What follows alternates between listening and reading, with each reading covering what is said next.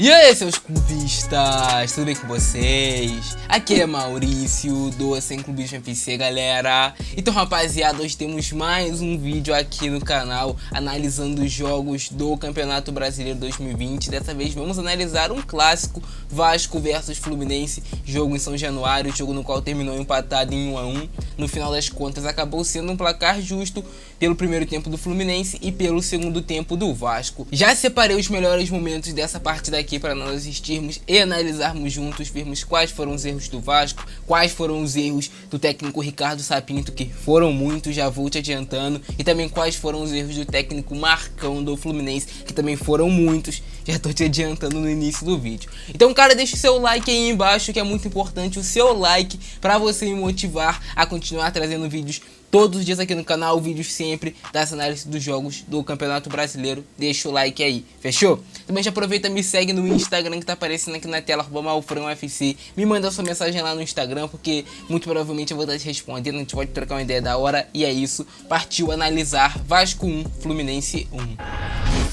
Aí, galera, Vasco versus Fluminense, jogo em São Januário. Jogo que o Vasco começou até com algum espaço no meio de campo, mas que rapidamente o Fluminense tomou conta da partida no início, né? Teve aquela chance ali de cabeça com o Wellington Silva.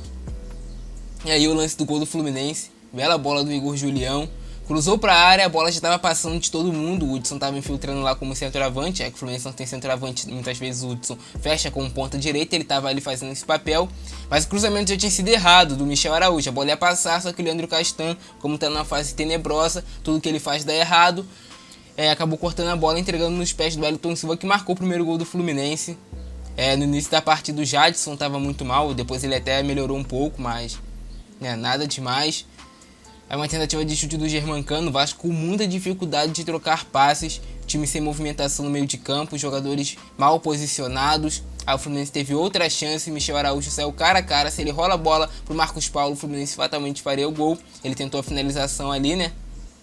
E acabou perdendo o gol, chance que fez falta no final. Aí foi uma grande arrancada do Neto Borges, resolveu tudo sozinho, ele viu que não estava dando certo tentando passar ali pro Vinícius, quase marcou o gol pro Vasco, só que Neto Borges sempre peca muito na finalização, galera.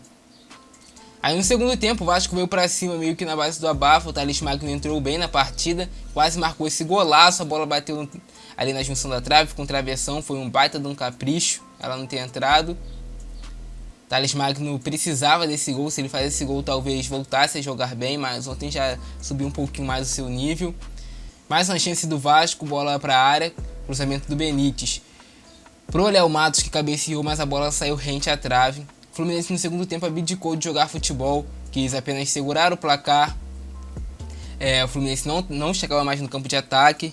Esse lance aí, se fosse gol, seria anulado, porque realmente Caio Paulista vai dominar com o braço, aí como vocês vão ver, ó, a bola bateu no braço dele, foi amortecida. Mas o Fluminense abdicou de jogar bola, fez muita cera, tocou muito lá atrás, não atacou, não buscou o gol e foi punido no finalzinho com um gol de empate, né? Aí mais uma boa jogada do Vasco. Faz, Thales Magno, faz, meu filho. Olha lá, rolou a bola. Léo Matos falou, faz, Thales. Sozinho, ele isolou, escolheu mal o chute, finalizou mal. Uma bola mais difícil ele finalizou melhor, né? Aí o cruzamento do Carlinhos com perfeição, colocou na cabeça do Cano. A bola saiu rente à trave por pouco, mas cara, já dava pra ver que o Vasco uma hora ou outra ia acabar saindo gol, mesmo que na base do abafa, e foi isso que aconteceu aos 46, chute do Leonardo Gil. Germancano ali dominou a bola, tirou do Marcos Felipe, fez o gol de empate do Vasco. O Vasco mereceu o gol, não porque jogou bem, não porque fez uma grande atuação, mas porque o time morrido partiu realmente pra cima do Fluminense e acabou sendo coroado com esse gol de empate. Empate que não foi bom pro Vasco, não foi bom pro Fluminense. No final das contas, esse empate foi ruim pra todo mundo. Mas, no meu modo de ver, foi o placar mais justo, porque o Fluminense no primeiro tempo mostrou suas qualidades, tocou bem a bola, teve chances de gol, foi bem superior à equipe do Vasco. Mas na segunda etapa abdicou de jogar bola. O Marcão fez a chamada retranca com a posse de bola, como bem explicou o PVC. Eu tava vendo o jogo do Botafogo contra o Inter, e ele explicou bem isso, que foi algo meio que criado pelo Eduardo Barroca, e que deu pra ver que que o Marcão ontem adotou no Fluminense, a retranca com a posse de bola. Eu tenho a posse de bola no meu campo de defesa, o Vasco não me ataca, eu fico tocando a bola lá atrás, prendo a bola e assim eu não vou sofrer tantas chances de perigo. Mas rapaziada, tava claro que se o Fluminense continuasse jogando, teria mais chances de matar a partida do que o Vasco de fazer um gol, mas ele abdicou totalmente de jogar bola e o Vasco foi coroado pela vontade dos seus jogadores e pelo oportunismo do Germancano no final. Mais uma atuação muito ruim do Vasco, futebolisticamente falando. A cada jogo que passa dá pra ver que o time do Vasco parece que vai piorando. Às vezes você acha até que é o time do Alberto Valentim, galera, porque realmente era assim com o Alberto Valentim. A cada jogo, a cada treino o time piorava e já chegou nesse ponto com o técnico Ricardo Sapinto. As escolhas dele são muito ruins. Ele insiste em manter o Marcos Júnior. O Sapinto tem um amor que ninguém entende pelo Marcos Júnior e prefere colocar o Andrei no banco de reservas. O mesmo Andrei em um mau momento é mais jogador do que o Marcos Júnior, tem mais a acrescentar ao time do Vasco do que o Marcos Júnior. Também insiste em deixar o Gustavo Torres. Gustavo Torres no máximo é um jogador para entrar no segundo tempo, fazer uma puxada de contra-ataque, algo do tipo, não é jogador para entrar como titular, ainda mais quando o Vasco precisa buscar o gol. E essa insistência dele com o Gustavo Torres acabou irritando até mesmo os jogadores do Vasco que estavam dentro de campo. O Léo Matos chegou nele para cobrar, o Jadson chegou nele para cobrar. Pô, mano, tira o Gustavo Torres, ele tá perdendo todas as bolas, não dá. Ricardo Sapinto tem uma dificuldade tremenda para mexer no time. Ele demora muito a mexer, não coloca os jogadores na hora que tem que colocar, faz as piores escolhas possíveis. Ontem ele colocou o Ribamar, que foi nulo dentro de campo. Eu não vi o Ribamar em campo, vocês viram? Eu não vi, cara, foi uma escolha extremamente equivocada. Manteve o Vinícius com câimbras dentro de campo. O Vinícius falou, mano, não dá, o Vinícius estava se arrastando em campo, mas ele não tirou o Vinícius, não colocou o Juninho. Não sei se ele tem algo contra o Juninho, não gosta desse jogador, mas é um dos melhores volantes do Vasco, se não o melhor. É o volante que tem mais a crescer, é um jogador que quem sabe pode até ter um futuro promissor no futebol europeu, mas no Vasco o Juninho não é aproveitado de maneira alguma. O Vasco foi coroado pela garra e pelo gol do Germancano, que mais uma vez marcando para ajudar o Vasco. Se não fosse o Cano, a situação do Vasco estaria mais complicada ainda nesse momento no Campeonato Brasileiro. A situação já é muito difícil. O Vasco está a 3 pontos do Sport, que é o primeiro colocado fora da zona de rebaixamento. Então a situação do Vasco é muito difícil. Tem um jogo a menos? Tem um jogo a menos, mas é contra o Palmeiras, uma partida bem complicada que dificilmente o Vasco conseguirá os 3 pontos. No máximo consegue um pontinho ali de empate, sendo já muito otimista.